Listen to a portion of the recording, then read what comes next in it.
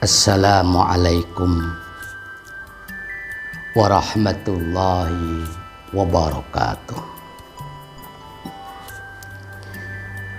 Bismillahirrahmanirrahim. Alhamdulillahi rabbil alamin.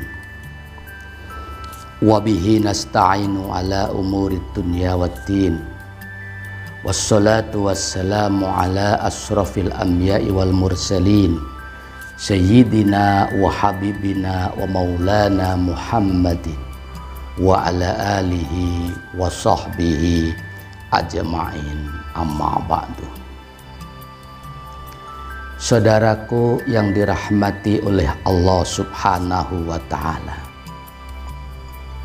kita selaku hamba Allah yang beriman kepadanya tentu sangat menginginkan ridho, rahmat, cinta, dan kasih sayang dari Allah Subhanahu wa ta'ala.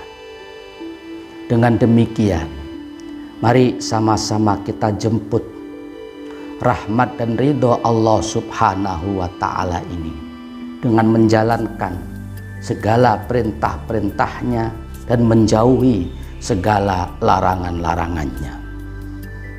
Begitupun sebaliknya, kita sebagai hamba Allah, sebagai umat manusia, lazimnya tentu kita sangat tidak menginginkan murka dan siksanya Allah Subhanahu wa ta'ala yang sangat pedih.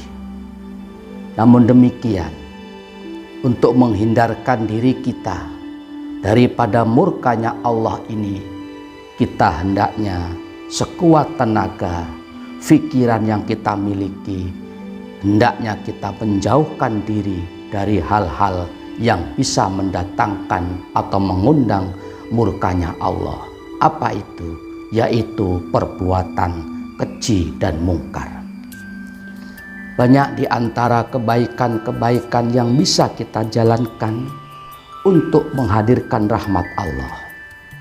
Begitupun juga sebaliknya, banyak larangan-larangan Allah yang hendaknya kita jauhi untuk menolak bala, musibah dan murkanya Allah ini. Salah satu di antaranya ialah pengendalian diri, pengendalian hawa nafsu untuk tidak melepaskan nafsu yang kita miliki yang tidak diridhoi oleh Allah Subhanahu wa ta'ala. Apa itu? Salah satu di antaranya ialah kita mencintai sesama jenis, atau kalau lelaki disebutnya dengan homo, kalau perempuan dengan perempuan disebutnya dengan lesbi. Na'udzubillah summa na'udzubillah min dzalik. Dalam hal ini, junjungan kita Rasulullah Shallallahu Alaihi Wasallam bersabda, mari sama-sama kita kaji. Bismillahirrahmanirrahim. Wa qala alaihi salatu wassalam, idza ata ar-rajula fahuma zaniyani, wa idza atat al-mar'ata fahuma zaniyatani. Wa qala bersabda An-Nabi alaihi salatu wassalamu, sabdanya begini, idza ata, ketika bersetubuh, siapa ar-rajulu, seorang lelaki, menyetubuhi ar-rajula, terhadap seorang lelaki, fahuma, maka keduanya zaniyani, yaitu yang melakukan perbuatan zina.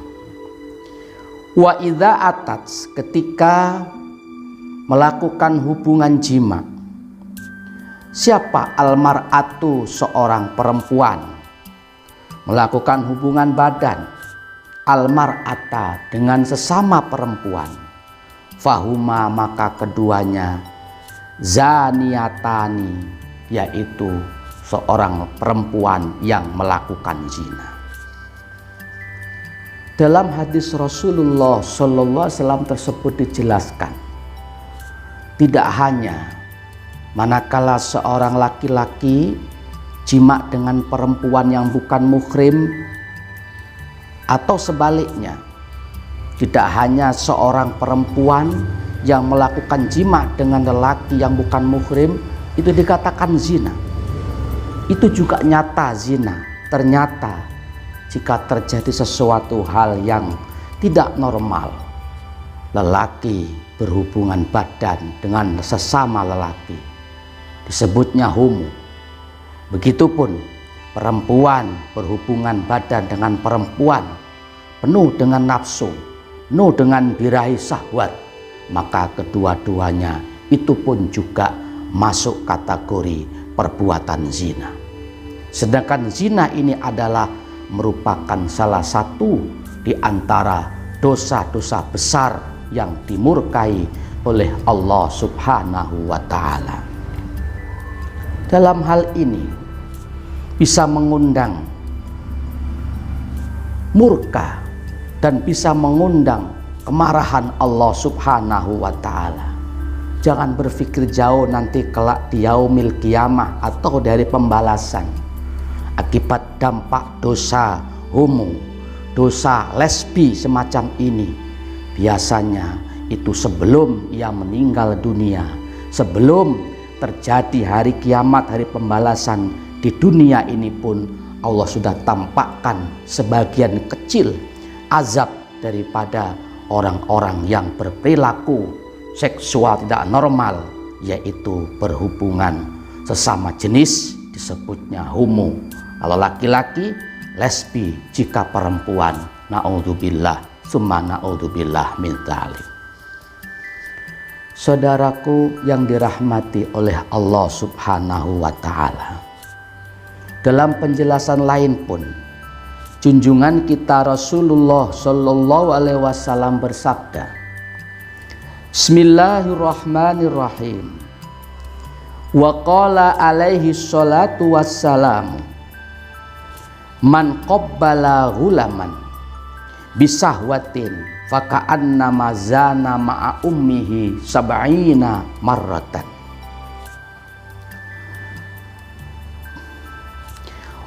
Wa man zana ma'a ummihi marratan wahidatan faka'annama qattala sab'ina nabiyan.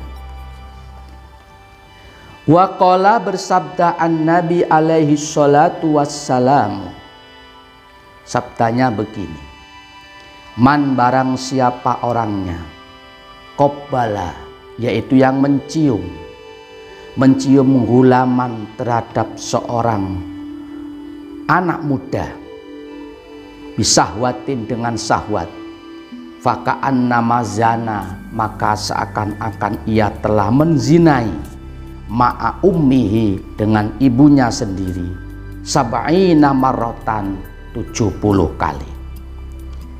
Waman barang siapa orangnya, zana yang melakukan perbuatan zina, ma'a ummihi bersamaan dengan ibunya sendiri, marratan wahidatan sekali saja, faka'annama qattala maka seakan-akan ia telah membunuh sab'ina nabiyan 70 nabi.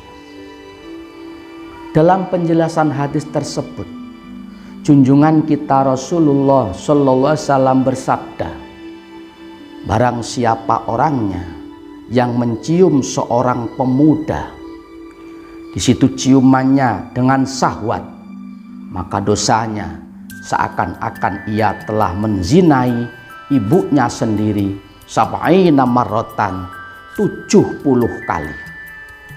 Padahal barang siapa yang menyetubuhi ibunya sendiri atau menzinai ibunya sendiri marratan wahidatan sekali saja, di situ dosanya sama dengan membunuh 70 nabi. Na'udzubillah summa na'udzubillah min dzalik.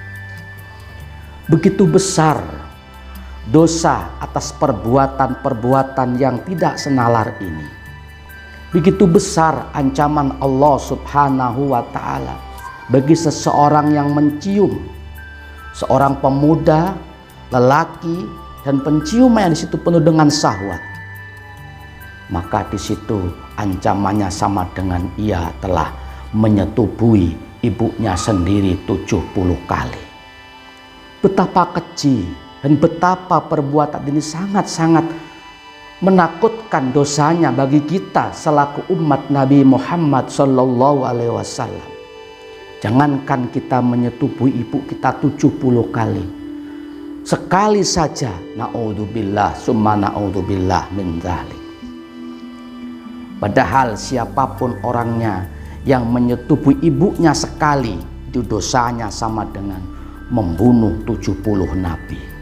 Lalu bagaimana jikalau kita menyetubuhi ibu kita sendiri 70 kali, tinggal mengalihkan saja? Na'udzubillah, begitu besar dosa bagi orang-orang yang melakukan perbuatan ini.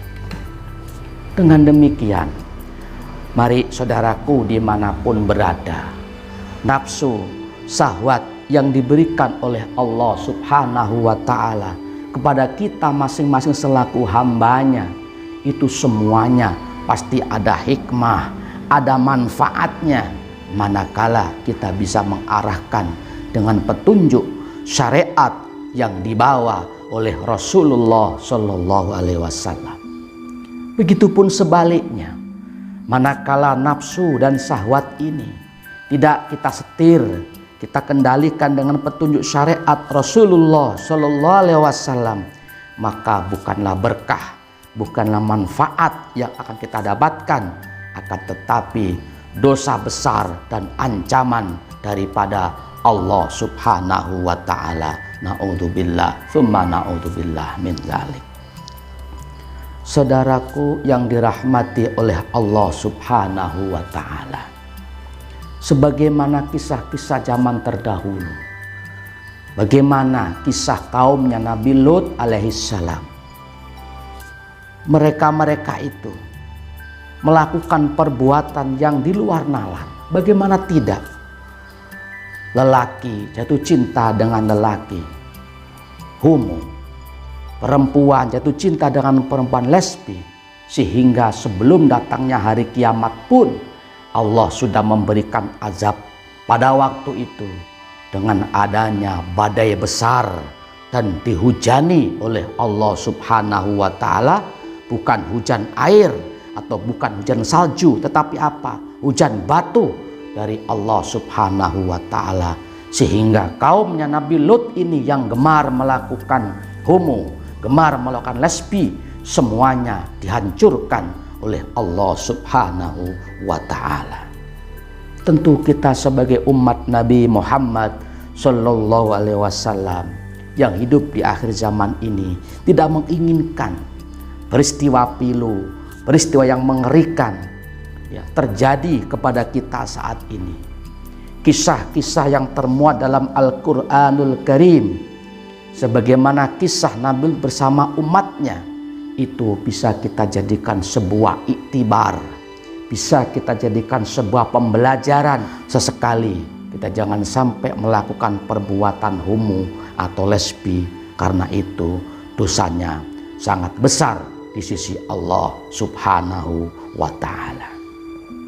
Mudah-mudahan Allah Subhanahu wa Ta'ala memberikan petunjuk, memberikan hidayah, taufik kepada kita semuanya, memberikan kekuatan untuk bisa menjalankan ibadah, dan memberikan pertolongan untuk bisa menjauhkan diri dari perbuatan-perbuatan mungkar dan maksiat.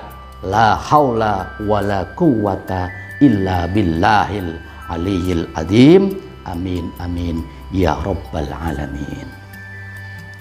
Saudaraku yang dirahmati oleh Allah Subhanahu wa Ta'ala, sedikit yang Al-Fakir dapat sampaikan. Namun demikian, mudah-mudahan dapat dimengerti dan difahami, dan mudah-mudahan ada berkah manfaatnya fitini wa dunya hatta akhirah. Amin amin ya rabbal alamin. Terima kasih atas perhatiannya. Mohon maaf apabila ada salah dan kurangnya. Wallahul muwafiq ila aqwamit thoriq. Assalamualaikum warahmatullahi wabarakatuh.